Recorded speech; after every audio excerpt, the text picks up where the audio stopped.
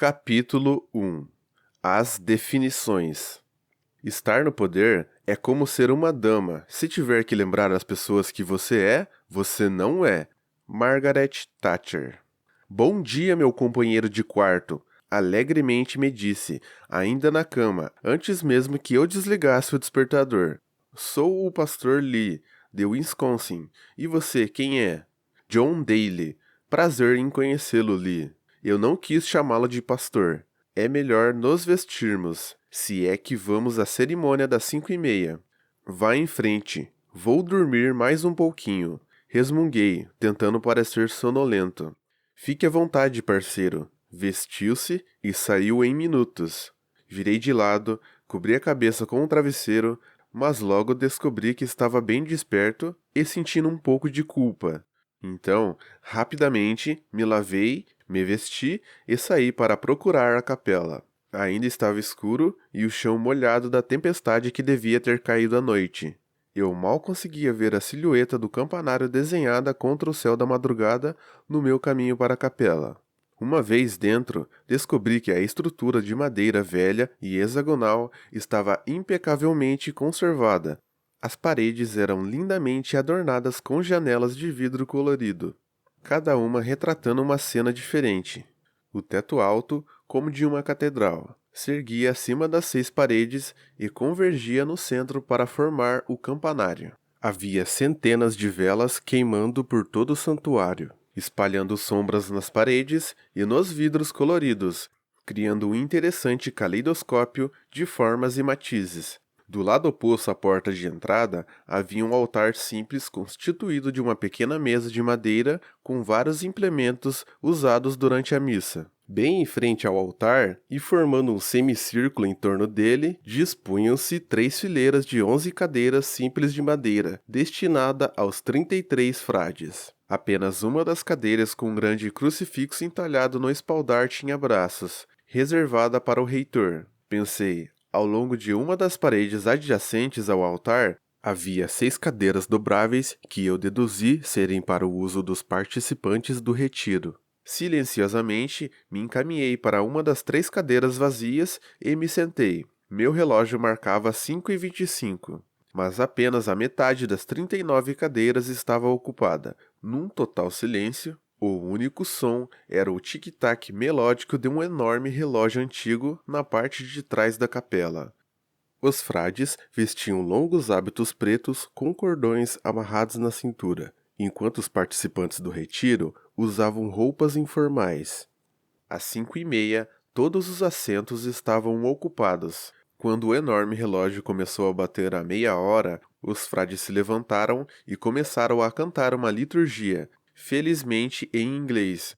Os participantes do retiro receberam folhetos para acompanhar, mas eu me vi perdido, virando as páginas para frente e para trás, numa tentativa inútil de procurar o texto entre as várias seções de antífonas, salmos, hinos e respostas cantadas. Finalmente, desisti de procurar e apenas fiquei sentado ouvindo o canto gregoriano de que gostava especialmente.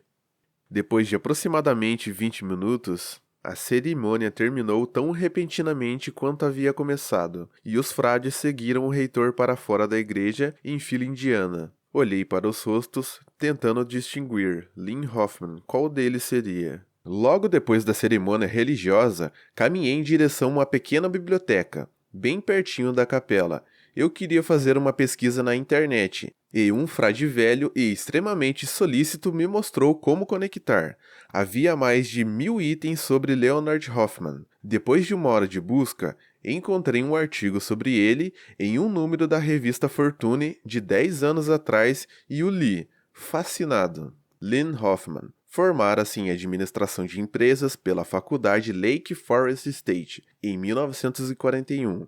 Pouco depois, os japoneses atacaram Pearl Harbor, tirando a vida de seu melhor amigo de infância. Um golpe arrasador que o levou a juntar-se a milhares de jovens que se alistaram nessa ocasião. Hoffman entrou para a Marinha como oficial comissionado e rapidamente galgou postos até ser promovido a comandante de uma lancha destinada a patrulhar as ilhas Filipinas. Em missão de rotina, mandaram-no prender uma dúzia de japoneses, inclusive 3 oficiais que se haviam rendido depois de uma luta feroz em sua área de patrulhamento. Hoffman recebera a ordem de mandar os oficiais japoneses e seus homens se despirem para serem algemados, colocados na lancha patrulheira e transportados a um destroyer afastado a alguns quilômetros da costa. Apesar da animosidade que pudessem ter em relação aos japoneses que tinham matado seu amigo em Pearl Harbor, Hoffman impediu que os oficiais e seus homens fossem humilhados e permitiu que fossem transportados sob vigilância, mas vestidos com seus uniformes. A desobediência à ordem de seu superior colocou-o em maus lençóis, mas essa situação foi logo superada. O único comentário de Hoffman sobre o evento foi: "É importante tratar os seres humanos exatamente como você gostaria que eles o tratassem." Hoffman foi muito condenado antes da baixa no final da guerra. O artigo dizia que no mundo dos negócios, Hoffman era muito conhecido e respeitado como executivo, e a sua habilidade para liderar e motivar pessoas tornou-se lendária nos círculos empresariais. Ficou conhecido como a pessoa capaz de transformar várias companhias à beira do colapso em negócios de sucesso. Foi o autor do best-seller The Great Paradox: To Lead You Must Serve. O Grande Paradoxo: para liderar você deve servir. Um livro simples, de 200 páginas que permaneceu entre os 50 mais vendidos do New York Times durante 3 anos e por mais 5 na lista dos 10 mais vendidos do USA Today. A última realização de Hoffman no mundo dos negócios foi a ressurreição de uma antiga empresa gigante, a Southeast Air. Apesar da renda anual de mais de 5 bilhões de dólares, a má qualidade dos serviços e o baixo moral dos funcionários da Southeast fizeram dela objeto de zombaria na indústria aeronáutica. A companhia tinha tido um prejuízo de 1,5 bilhão de dólares nos 5 anos anteriores à gestão de Hoffman como presidente. Contra todas as expectativas, Hoffman equilibrou as contas da Southeast em apenas 3 anos. Investiu na qualidade do serviço e na pontualidade dos voos, tirando a companhia aérea do fundo do poço e levando-a para um sólido segundo lugar do setor. Vários empregados de Hoffman, seus companheiros no exército e nos negócios, assim como alguns amigos, foram entrevistados para o artigo. Vários deles falaram espontaneamente sobre seu amor e afeição por Hoffman. Alguns o viam como um homem profundamente espiritualizado, embora não necessariamente religioso. Outros o consideravam um homem íntegro, com traços de caráter altamente evoluídos e não deste mundo. Todos se referiram à sua alegria de viver. O autor da Fortune concluía que Lynn Hoffman parecia ter descoberto o segredo da vida bem-sucedida, sem acrescentar qual seria. O último artigo que encontrei na internet foi numa Fortune do final dos anos 1990. Ele dizia que, aos 60 e poucos anos e no topo de uma carreira bem-sucedida, Hoffman demitira-se e desaparecera. Um ano antes, sua esposa, com quem estivera casado durante 40 anos, tinha morrido repentinamente de um aneurisma cerebral, e muitos acreditavam que esse fato provocara sua partida. O artigo concluía dizendo que o desaparecimento de Hoffman era um mistério, mas havia rumores de sua adesão a uma seita secreta ou algo assim. Seus 5 filhos, todos casados e com filhos, não forneciam informações sobre seu paradeiro, apenas dizendo que ele estava feliz, saudável e queria ficar sozinho. Depois da missa das 7h30, resolvi ir até o quarto para buscar um agasalho antes do café da manhã. Quando entrei, ouvi barulho no pequeno banheiro e por isso gritei: "Tudo bem? Lee?" "Não é o Lee", veio a resposta. "Estou apenas tentando consertar o vazamento do vaso sanitário." Meti a cabeça para dentro do banheiro e me deparei com um frade idoso, de 4 no chão, mexendo nos canos do vaso sanitário. Levantou-se vagarosamente e me vi frente a um homem no mínimo uns 10 centímetros mais alto do que eu. Com um trapo, ele limpou a mão e a estendeu para mim. "Alô? Sou o irmão Simeão. Prazer em conhecê-lo, John." Era Lynn Hoffman, mais velho do que na foto da internet, com o rosto enrugado, maçãs do rosto salientes, queixo e nariz proeminentes e cabelos brancos um pouco compridos. um corpo firme e enxuto, a face ligeiramente rosa. Mas o que mais me impressionou foram seus olhos, claros, penetrantes, de um azul profundo. Eram os olhos mais acolhedores e cheios de compaixão que eu já vira. O rosto enrugado e os cabelos brancos eram de um velho, mas os olhos e o espírito cintilavam e emanavam uma energia que eu só experimentara quando criança. Minha mão se sentiu pequena em sua mão enorme e poderosa, e eu abaixei os olhos para o chão, embaraçado. Ali estava uma lenda do mundo dos negócios. Alguém que ganhava uma fortuna por ano no auge de sua carreira, consertando o meu vaso sanitário. Olá, sou John Daly. Muito prazer em conhecê-lo. Apresentei-me. Ah, sim, você é John. Padre Peter me disse que você queria me encontrar. Claro, mas só se o senhor tiver tempo. Sei que deve ser um homem muito ocupado. Ele perguntou, genuinamente interessado. Quando você gostaria de me encontrar, John? Eu gostaria de sugerir. Se não for pedir muito, gostaria de encontrá-lo todos os dias em que eu estiver aqui. Talvez pudéssemos tomar o café da manhã juntos ou algo assim. Estou passando por uma fase difícil e gostaria de ouvir alguns conselhos. Eu tenho um sonho recorrente e acontecem algumas outras coincidências estranhas sobre as quais gostaria de conversar. Eu mal podia acreditar que essas palavras tinham saído da minha boca. O Senhor sabe tudo, dizendo a outro homem que passava por dificuldades e precisava de conselhos. Estava surpreso comigo mesmo ou com Simeão? Em menos de 30 segundos com esse homem, minha arrogância já tinha baixado. Vou ver o que posso fazer, John. Sabe, os frades fazem as refeições juntos na clausura e eu precisaria de permissão especial para juntar-me a você. Nosso reitor, irmão James, geralmente aceita bem esse tipo de pedido. Até obter permissão, que tal se nós encontrássemos às 5 da manhã na capela, antes da primeira cerimônia? Isso nos daria tempo para... Embora às 5 da manhã me parece bastante duro, não hesitei em interrompê-lo. Eu gostaria muito. Mas agora eu preciso terminar este serviço para não me atrasar para o café da manhã. Verei você na sala de aula às 9 em ponto. Até lá então. Eu disse sem jeito, saindo do banheiro. Agarrei meu agasalho e desci para o café da manhã, sentindo-me um tanto assustado. Naquela primeira manhã de domingo, cheguei 5 minutos antes do começo da aula. Foi um prazer encontrar uma sala moderna e confortável. Em 2 paredes haviam prateleiras de livros lindamente entalhadas. No outro lado da sala, dando para o lago Michigan, havia uma lareira de pedra e madeira branca e perfumada. O chão era coberto por um carpete rústico bem cuidado, o que emprestava aconchego à sala. Havia 2 sofás velhos e confortáveis, uma cadeira reclinável e um par de cadeiras de madeira de espaldar reto e assento estofado, todos dispostos em círculo. Quando cheguei, Simeão estava de pé ao lado da janela que dava para o lago, aparentemente imerso em profundos pensamentos. Os outros 5 participantes já estavam sentados em torno do círculo e eu ocupei um dos sofás ao lado do meu companheiro de quarto. Quando o grande relógio soou 9 horas, Simeão puxou uma pequena cadeira de madeira em direção ao pequeno grupo.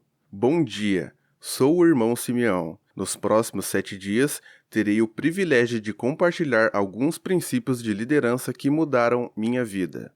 Quero que saibam que fico impressionado quando penso no saber coletivo presente nessa sala. E estou ansioso para aprender com vocês. Pensem nisso. Se fôssemos somar todos os anos de experiência de liderança presentes neste círculo, quantos anos vocês acham que teríamos? Provavelmente 1 século ou 2, não acham?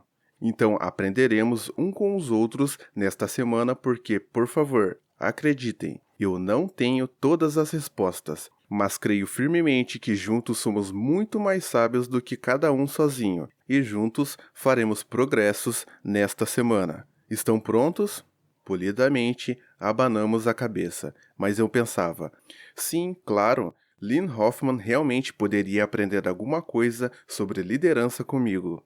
Simeão pediu que cada um dos 6 se apresentasse brevemente e dissesse as razões que o levaram a participar do retiro. Meu companheiro de quarto, Lee, o pregador, se apresentou primeiro. seguido por Greg, um jovem sargento do exército bastante vaidoso. Teresa, de origem hispânica, diretora de uma escola pública, falou a seguir. E depois Chris, uma mulher negra, alta e atraente, treinadora do time de basquete da Universidade Estadual de Michigan. Uma mulher chamada Kim apresentou-se antes de mim, mas eu não ouvi o que ela disse. Estava muito ocupado pensando no que diria a meu respeito quando fosse a minha vez de falar. Quando ela terminou, Simeão olhou para mim e disse: John, antes de começar, eu gostaria de pedir-lhe que resumisse para nós o que Kim falou a respeito de seus motivos para estar participando do retiro. O pedido me chocou e pude sentir o sangue lentamente subindo para o pescoço, o rosto e a cabeça. Como iria sair desta? Realmente, eu não tinha ouvido uma única palavra do que Kim dissera na apresentação. Estou constrangido por ter que admitir que não ouvi muito do que ela disse. Gaguejei, baixando a cabeça. Peço desculpas a você, Kim. Obrigado por sua honestidade, John. Simeão respondeu. Ouvir é uma das habilidades mais importantes que um líder pode escolher para desenvolver. Falarei mais sobre isso esta semana. Vou melhorar, prometi. Quando terminei minha breve apresentação, Simeão disse: Durante esta semana, enquanto estivermos juntos, existe apenas uma regra. Quero que vocês me prometam que falarão sempre que tiverem vontade. O que significa ter vontade de falar? O sargento perguntou ceticamente. Acho que você reconhecerá a vontade quando ela vier. Greg, muitas vezes é uma sensação de ansiedade que nos faz remexer na cadeira. O coração bate um pouco mais depressa ou as palmas das mãos suam.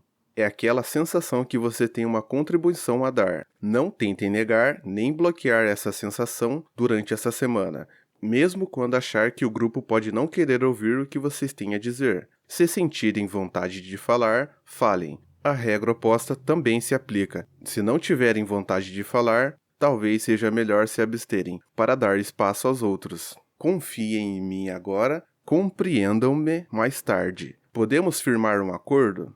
De novo, balançamos a cabeça polidamente.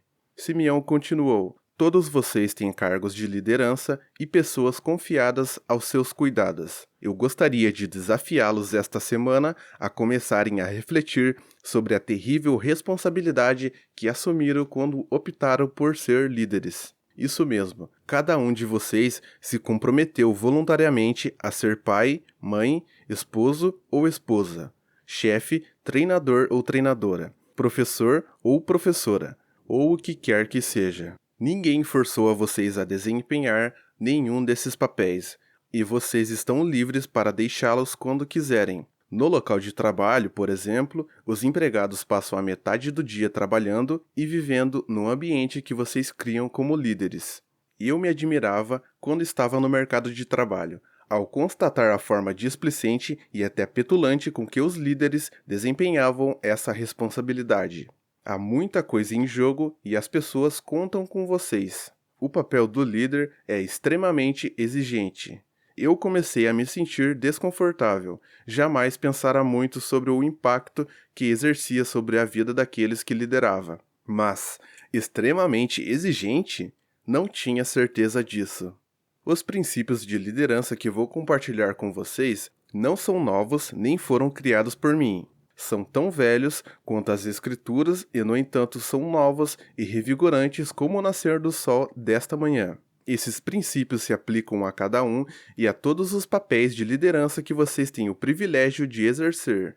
Por favor, saibam, se é que ainda não se deram conta, que não é por acaso que vocês se encontram aqui nesta sala hoje. Há um propósito para a sua presença e espero que o descubram durante o tempo que passaremos juntos esta semana. Enquanto ele falava, não pude deixar de pensar nas coincidências de Simeão, nos comentários de Rachel e na série de acontecimentos que tinham me trazido ao retiro. Tenho boas e más notícias para vocês hoje, continuou Simeão. A boa notícia é que eu lhes estarei dando as chaves da liderança nos próximos 7 dias. Como cada um de vocês exerce o papel de líder, acredito que esta seja uma boa notícia. Lembrem-se de que sempre que duas ou mais pessoas se reúnem com um propósito, há uma oportunidade de exercer a liderança. A má notícia é que cada um de vocês deve tomar decisões pessoais sobre a aplicação destes princípios às suas vidas. Exercer influência sobre outros assuntos, que é a verdadeira liderança, está disponível para todos, mas requer uma enorme doação pessoal. É pena que a maioria dos cargos de liderança assuste as pessoas por causa do grande esforço necessário. Meu companheiro de quarto, o pregador, levantou a mão para falar e Simeão fez que sim com a cabeça. Eu notei que você usa muito as palavras líder e liderança e parece evitar gerente e gerência. É de propósito? Boa observação, Lee. Gerência não é algo que você faça para os outros. Você gerencia seu inventário, seu talão de cheques, seus recursos. Você pode até gerenciar a si mesmo, mas você não gerencia seres humanos. Você gerencia coisas e lidera pessoas. O irmão Simeão levantou-se, caminhou em direção até o quadro, escreveu liderança em cima e nos pediu que o ajudássemos a definir a palavra. Após 20 minutos, chegamos consensualmente a esta definição. Liderança é a habilidade de influenciar pessoas para trabalharem entusiasticamente, visando atingir aos objetivos identificados como sendo para o bem comum. Simeão voltou para sua cadeira e observou. Uma das palavras-chave é que definimos liderança como uma habilidade e eu concordei com isso. Uma habilidade é simplesmente uma capacidade adquirida. Afirmo que influenciar os outros é uma habilidade que pode ser aprendida e desenvolvida por alguém que tenha o desejo e pratique as ações adequadas. A segunda palavra-chave de nossa definição é influência. Se liderar é influenciar os outros, como desenvolver essa influência? Como levar as pessoas a fazer o que desejamos? Como receber suas ideias, confiança, criatividade e excelência que são, por definição, dons voluntários? Em outras palavras, interrompi. É saber como o líder consegue envolver as pessoas do pescoço para cima, em vez da antiga ideia de que nós só queremos você do pescoço para baixo. É isso que você quer dizer, Simeão? Precisamente, John, para compreender melhor como se desenvolve esse tipo de influência, é fundamental compreender a diferença entre poder e autoridade. Cada um de vocês nesta sala tem um cargo de poder, mas eu quero saber quantos têm autoridade com as pessoas que lideram. Fiquei confuso e por isso perguntei. Simeão, não está claro para mim a diferença entre poder e autoridade. Ajude-me a entender. Com prazer, John. Simeão respondeu.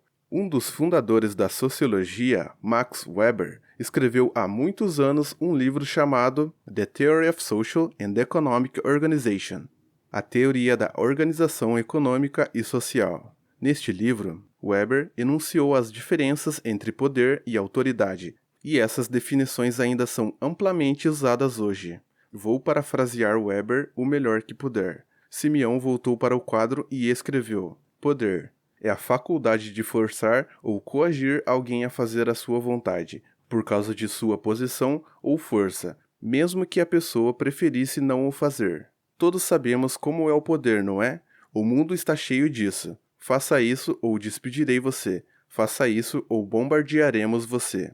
Faça isso ou bateremos em você. Faça isso ou castigaremos você durante 2 semanas.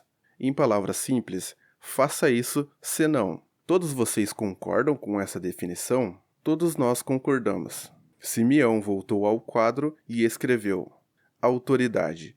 A habilidade de levar as pessoas a fazerem de boa vontade o que você quer por causa de sua influência pessoal. Isto é um tanto diferente, não é? Autoridade é levar as pessoas a fazerem de boa vontade o que você deseja porque você pediu que fizessem. Vou fazer porque Bill me pediu. Eu atravessaria paredes por Bill. Ou, vou fazer isso porque mamãe pediu. E notem que poder é definido como uma faculdade, enquanto autoridade é definida como uma habilidade. Não é necessário ter cérebro ou coragem para exercer poder. Crianças de 2 anos são mestras em dar ordens a seus pais.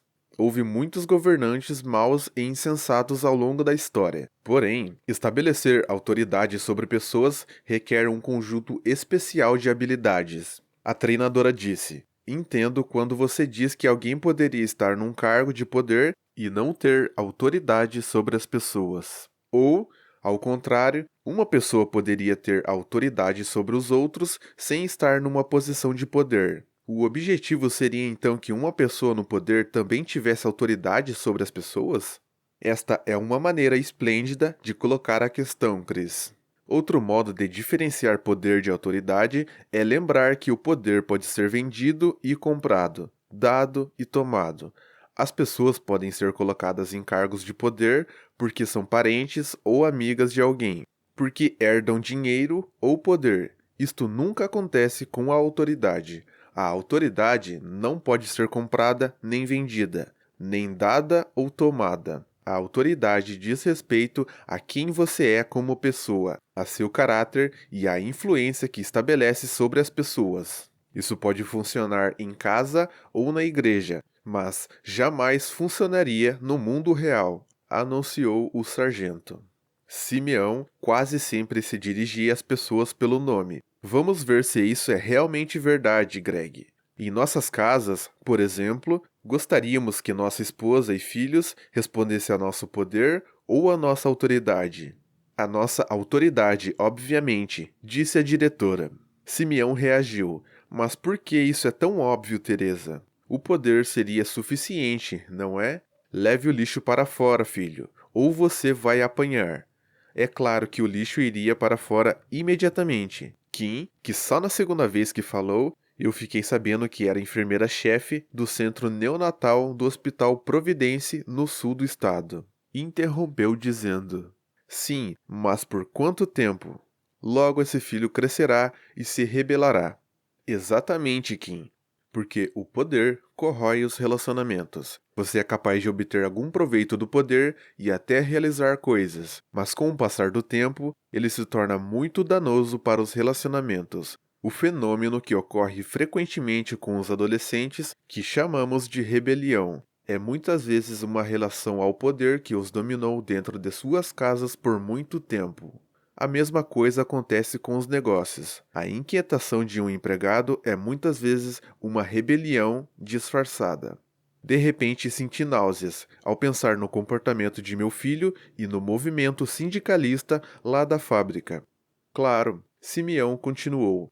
A maioria das pessoas sensatas concordaria que liderar com autoridade é importante em nossas casas. Mas que tal uma instituição de voluntários? Lee, você é pastor de uma igreja e deve lidar com muitos voluntários, é isso mesmo? Sim, de fato, o pregador respondeu. Você diria, Lee, que os voluntários têm mais probabilidade de responder ao poder ou à autoridade? Rindo, Lee afirmou. Se tentássemos usar o poder com os voluntários, certamente eles não ficariam conosco por muito tempo. Claro que não ficariam. Simeão prosseguiu. Eles só são voluntários em uma organização que satisfaça suas necessidades. Então, que tal no mundo dos negócios? Lidamos com voluntários no mundo dos negócios? Tive que pensar nisso por um minuto. Minha primeira reação foi responder: Claro, eles não são voluntários, mas Simeão me fez repensar. Pense nisso. Podemos alugar suas mãos, braços, pernas e costas, e o mercado nos ajudará a determinar o aluguel a pagar. Mas será que eles não são voluntários no sentido literal da palavra? Eles têm liberdade para sair? Podem atravessar a rua e ir de encontro a outro empregador que lhes pague mais 50 centavos por hora? Ou até 50 centavos menos se realmente não gostam de nós? Claro que podem. E o que é que você me diz de seus corações, mentes, compromisso, criatividade e ideias? Esses dons não são voluntários? Você pode determinar ou exigir compromisso. Excelência? Criatividade? A treinadora contestou. Simeão, acho que você está vivendo numa terra de sonho. Se você não exercer poder, as pessoas pisarão na sua cabeça. Talvez, Chris. E apesar de achar que estou sonhando, saiba que compreendo que há vezes em que se deve exercer o poder, seja para colocar limites em nossas casas ou para despedir um mau empregado. há ocasiões em que precisamos de poder. O que estou dizendo é que o líder deve refletir sobre as razões que o obrigam a recorrer a ele. Podemos concluir que tivemos que recorrer ao poder porque nossa autoridade foi quebrada. Ou, pior ainda, talvez não tivéssemos nenhuma autoridade, mas o poder é a única coisa que as pessoas obedecem. O sargento insistiu. Isso pode ter sido verdade há algum tempo, Greg. Simeão concordou. Mas, atualmente, as pessoas reagem ao poder de maneira muito diferente do que costumavam. Pense no que aconteceu neste país nos últimos 30 anos. Vivemos aos anos 1960, quando assistimos aos desafios ao poder e às instituições. Testemunhamos abusos de poder em nosso governo, com Watergate, Irangate, Whitewatergate, seja o que for gate. Tivemos alguns importantes líderes da igreja envolvidos em escândalos injuriosos e comprometedores. Os militares foram apanhados mentindo para nós sobre My Lai, agente laranja e talvez agora a síndrome da Guerra do Golfo. Grandes homens de negócio foram abertamente retratados pela mídia e por Hollywood como destruidores gananciosos do ambiente, malfeitores em que não se pode confiar. Acredito que, hoje em dia, muitos são mais céticos a respeito de pessoas em posições de poder do que jamais foram. O pregador aparteou. Estive lendo no USA Today semana passada que há 30 anos, 3 em 4 pessoas diziam confiar no governo. Hoje, essa estatística baixou para 1 em 4. Não é preciso dizer mais nada, eu acho. Isto tudo é muito bom e bonito em teoria, a treinadora disse. Mas se, como você afirma, autoridade e influência são o caminho para fazer as coisas andarem. Como estabelecer autoridade com os diferentes tipos de pessoa com as quais lidamos hoje?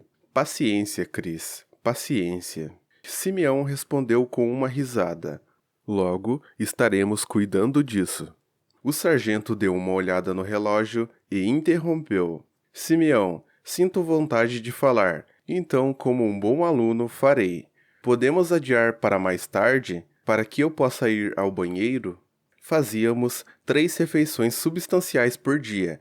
Café da manhã às 8h15, depois da missa matinal. Almoço às 12h30, após a cerimônia do meio-dia.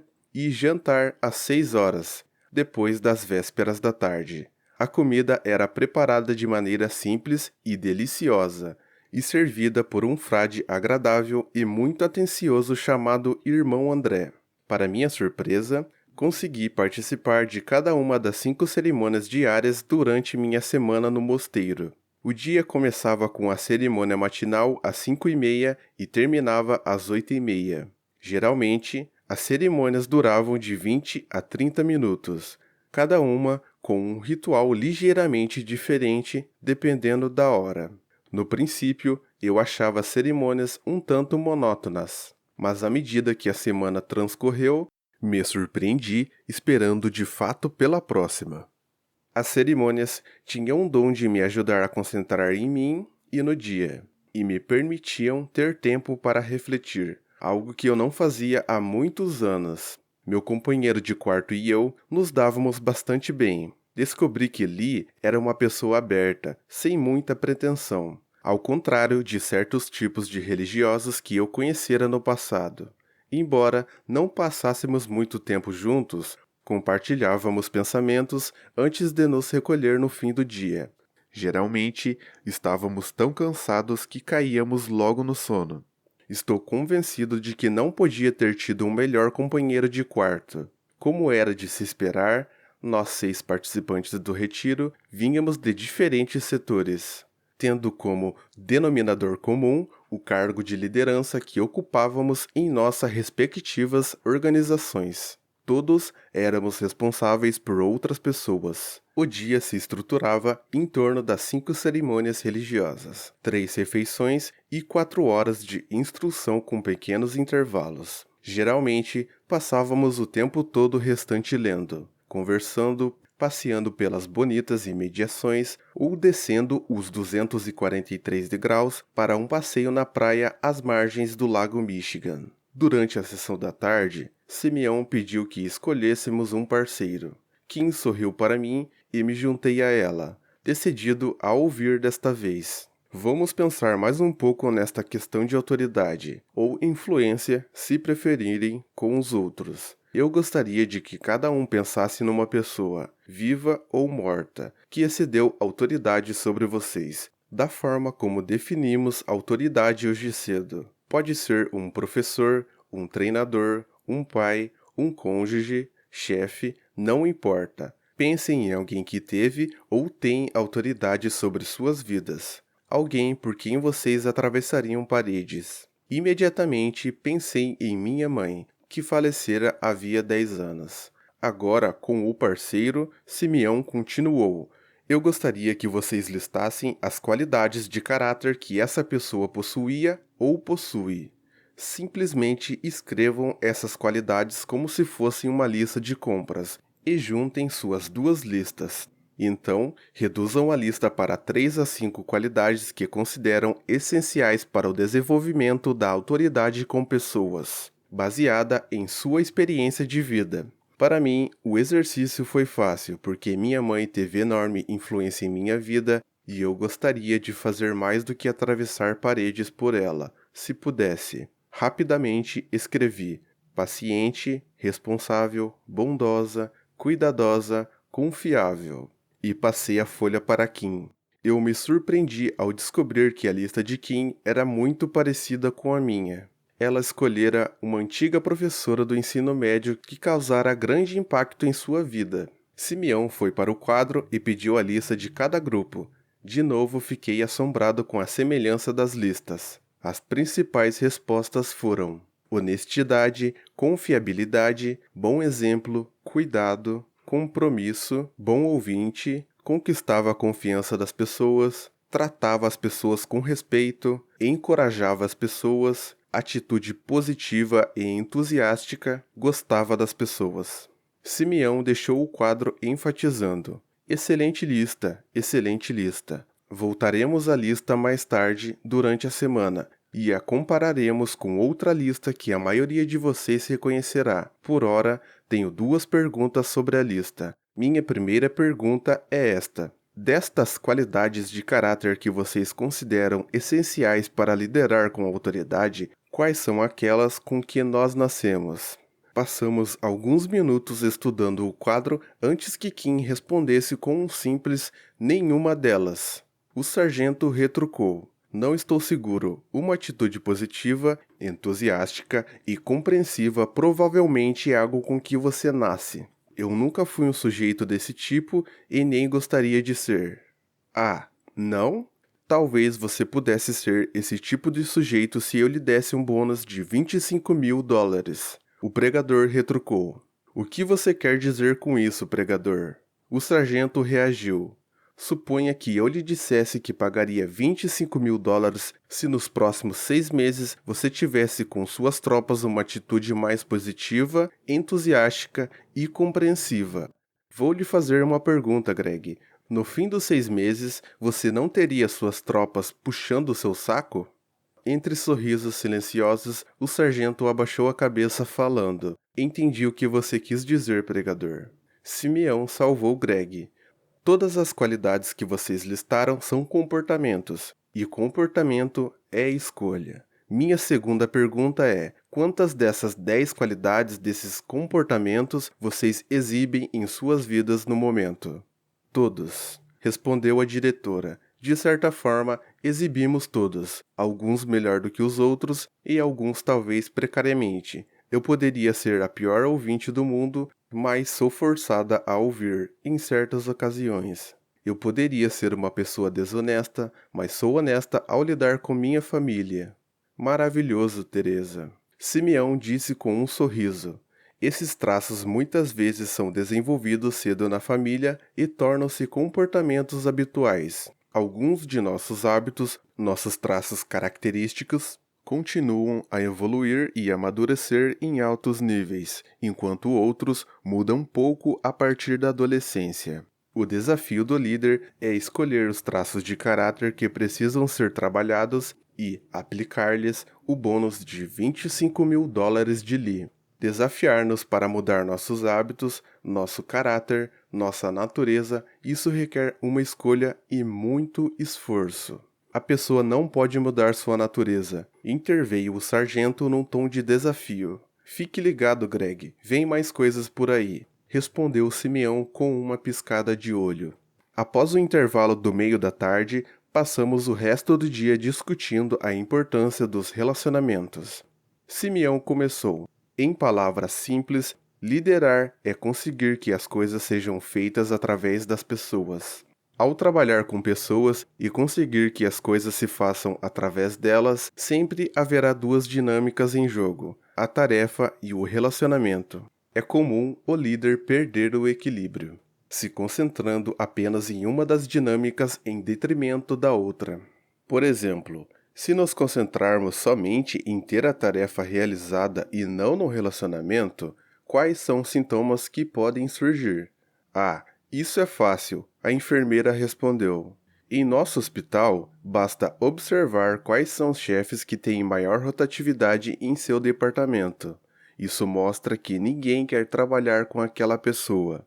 Exatamente, Kim. Se nos concentrarmos em tarefas e não em relacionamentos, podemos ter transferências, rebeliões, má qualidade de trabalho, baixo compromisso, baixa confiança e outros sintomas indesejáveis.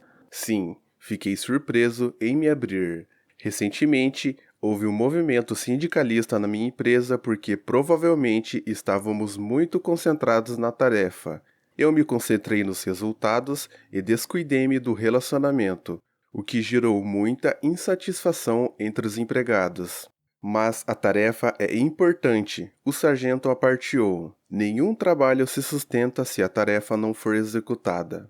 Você está completamente certo, Greg. Simeão concordou. O líder que não estiver cumprindo as tarefas e só se preocupar com o relacionamento não terá sua liderança assegurada. Então, a chave para a liderança é executar as tarefas enquanto se constroem os relacionamentos. Senti vontade de partilhar um pensamento. Acho que isso deve estar mudando um pouco, mas a maioria das pessoas é promovida a cargos de liderança por causa de suas aptidões técnicas reveladas no desempenho das tarefas. É uma armadilha contra a qual fui alertado muitas vezes em minha carreira. Certa ocasião, promovemos nosso melhor operador de retroescavadeira a supervisor, e acabei percebendo que tínhamos criado dois novos problemas. Passamos a ter um mau supervisor e perdemos nosso melhor operador de retroescavadeira. Não percebemos que, apesar de ser um excelente técnico, seu relacionamento com os subalternos era péssimo. Mas, como existe um conceito de liderança defeituoso, pessoas voltadas às tarefas provavelmente ocupam a maioria dos cargos de liderança. Isso pode ser verdade, John, concordou Simeão. Hoje de manhã, dissemos que aquele que exerce o poder pode ser muito duro nos relacionamentos. Agora precisamos fazer a pergunta seguinte: os relacionamentos são importantes quando você lidera? Levei quase uma vida inteira para aprender esta grande verdade. Tudo na vida gira em torno dos relacionamentos, com Deus, conosco, com os outros. Isso é especialmente verdadeiro nos negócios, porque sem pessoas não há negócios, famílias saudáveis, times saudáveis, igrejas saudáveis, negócios saudáveis e até vidas saudáveis falam de relacionamentos saudáveis. Os líderes verdadeiramente grandes têm essa capacidade de construir relacionamentos saudáveis. Você poderia ser mais específico, Simeão? A treinadora desafiou. De modo geral, acho que os negócios tratam de tijolos, argamassa e máquinas. De que relacionamento você está falando? Para haver um negócio saudável e próspero, devem existir relacionamentos saudáveis entre os responsáveis pela organização. E não estou falando apenas dos diretores, mas dos clientes, dos empregados, dos donos e dos fornecedores. Por exemplo, se nossos clientes nos deixam e vão para os concorrentes, temos um problema de relacionamento. Não estamos identificando nem satisfazendo suas legítimas necessidades. E a regra número 1 dos negócios é: Se não correspondemos às necessidades de nossos clientes, alguém o fará. Acrescentei: sim, a antiga prática de convidar o cliente para jantar e assim obter o pedido está ultrapassada. Agora o que conta é qualidade, serviço e preço. Simeão concordou. Isso mesmo, John. Satisfazer as necessidades legítimas do cliente. O mesmo princípio se aplica aos empregados. Agitação, transferências, greves, baixo moral, baixa confiança e baixo compromisso são meros sintomas de um problema de relacionamento. As necessidades legítimas dos empregados não estão sendo satisfeitas. Imediatamente lembrei que eu optara por não ouvir meu chefe, quando me disse que a campanha sindicalista na fábrica era um problema de administração. Simeão continuou: deixe-me dar um passo adiante. Se não estamos satisfazendo as necessidades dos donos ou acionistas, a organização também estará em dificuldade séria. Os acionistas têm uma necessidade legítima de obter o retorno justo do seu investimento. E, se não estivermos preenchendo essa necessidade, nosso relacionamento com os acionistas não estará bom. O pregador disse: isso mesmo, irmão Simeão. E se os acionistas não estiverem felizes, a organização não se manterá por muito tempo. Descobri isso de um modo muito doloroso há vários anos quando era gerente geral de um grande resort no Arizona. Nós nos divertimos muito no trabalho, mas não estávamos muito atentos ao resultado, e eu acabei sendo demitido. Simeão prosseguiu: o mesmo princípio de relacionamento vale para os vendedores e fornecedores, sejam os de peça, serviços ou levantamento de recursos para operacionalizar nossas organizações. Um relacionamento saudável entre fornecedor e cliente é necessário para a saúde duradoura de qualquer organização. Em suma, relacionamentos saudáveis com os clientes, empregados, donos e fornecedores asseguram um negócio saudável. Os líderes eficientes compreendem este princípio simples. O sargento não estava convencido, mas, no final, Simeão, você sabe o que realmente vai fazer e manter felizes as tropas, os empregados ou quem quer que seja? A resposta é sempre a mesma: mostre-me o dinheiro.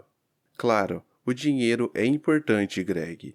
Retenha um contra-cheque e logo você descobrirá o quanto ele é importante.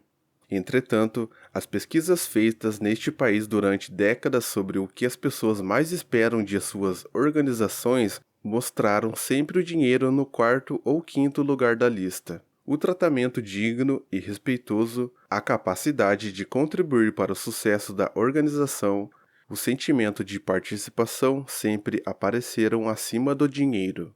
Infelizmente, a maioria dos líderes optou por não acreditar nas pesquisas.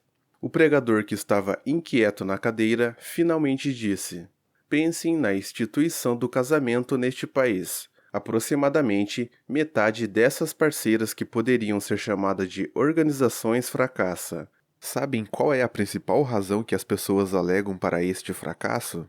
Dinheiro e problemas financeiros. Quantos de vocês acreditam nisso? É como dizer que pessoas pobres não podem ter bons casamentos. Que absurdo! Tenho aconselhado casais durante anos. Posso afirmar que o dinheiro é o que todos apontam quando há problemas. Posso ser tangível e concreto, mas a raiz das separações está em problemas de relacionamento. Boa observação, eu disse.